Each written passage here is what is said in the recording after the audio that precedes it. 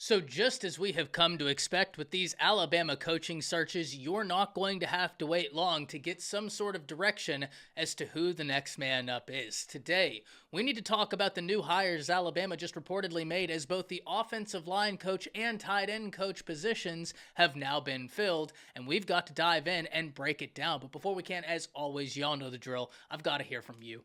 Hop down to the comments, give me a Y for yes, N for no. Are you excited about these two names? Let me know what you're thinking. If you're new to the channel, be sure to subscribe. Hit that bell notification. I do constant college football content. You don't want to miss any of it. And if you enjoyed the content, be sure to like and comment down below, as those interactions seem small. They are massive to content creators such as myself. But having said all that, let's jump right into this. And where do we begin? I think we're going to begin with the offensive line, because that's an area where I have been really intrigued to see where Alabama would go. Remember, I've talked about this time and time again, that Alabama got away from the standard that once was something that defined the Crimson Tide, which was an offensive line that was going to maul their opponents.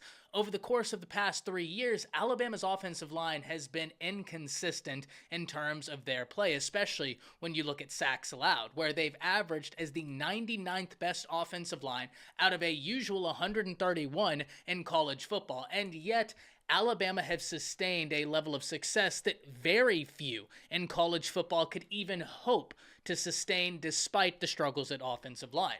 In walks Chris Kapilovic, and this is a name we're going to have to break down because he has got a ton of great experience, and this is something that if you look around the Alabama coaching staff, you'll notice. You have former offensive coordinators, you have former head coaches as position coaches, and Kapilovic is the next in line.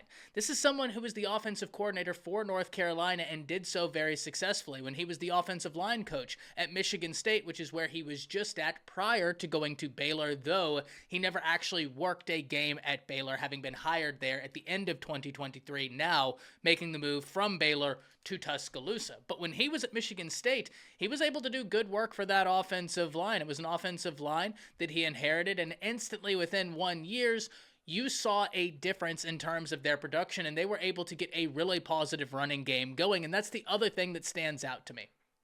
As we were talking about prospective names for the offensive line coach and tight end coach, one of the things we kept going back to was that Coach DeBoer wanted his staff to have some level of autonomy. And what I mean when I say that is he wanted his offensive coordinator to be able to build his offensive staff. He wanted the defensive coordinator to build the defensive staff. That way, they were comfortable with the people they were working with. They felt like they could succeed with the guys around them.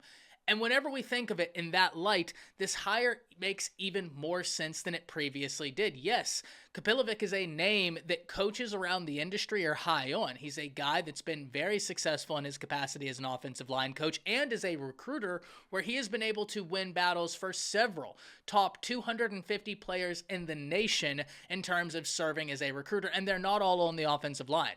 This is someone who North Carolina was sending out for wide receivers, for defensive linemen, for defensive ends, and offensive linemen, showing you they believed in his ability to close on the recruiting trail, something Alabama fans everywhere are going to be very happy about.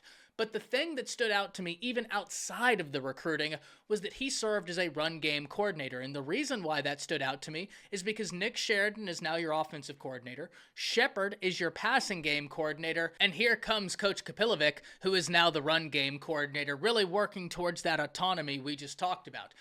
And I think if you're able to get in guys that have the positive experience that this hire has, is serving as a run game coordinator, serving as an associate head coach, serving as an offensive coordinator, that shows you what a bright coach he is. That shows you how respected he is, because you're not going to pour a bunch of responsibilities on someone's shoulders who you don't believe can handle it. So the offensive line coach, really interesting, but that is not the only move Alabama made today. They also hired a tight end coach and Georgia Southern offensive coordinator, Bryan Ellis. And this is a super interesting one because Bryan Ellis is a young guy who's coming to Alabama by way of Georgia Southern, as I said, as their offensive coordinator, highlighting what I just talked about, that this staff that Kalen DeBoer has assembled is filled with guys that have got higher titles from their previous jobs. Whether that's Mo Linguist, who went from a head coach to a defensive backs coach to come and work in Tuscaloosa, or whether that's Bryan Ellis, who went from an offensive coordinator to now a tight end coach.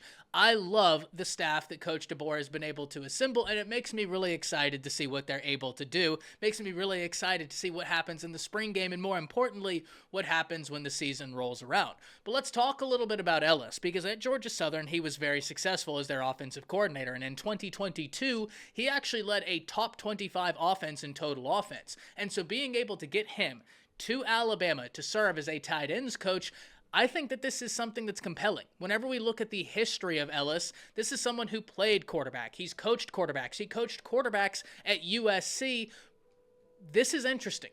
He is a supremely gifted offensive mind, and for Alabama being able to get someone who understands offense, who understands the intricacies of quarterback play and how it relates, and he coached wide receivers before, I think that's going to be a benefit for the Alabama offense as a whole. But of course, I can't wait to hear from all of you. Hop down to the comments. Let me know what you're thinking about those two new hires. That's it. See ya.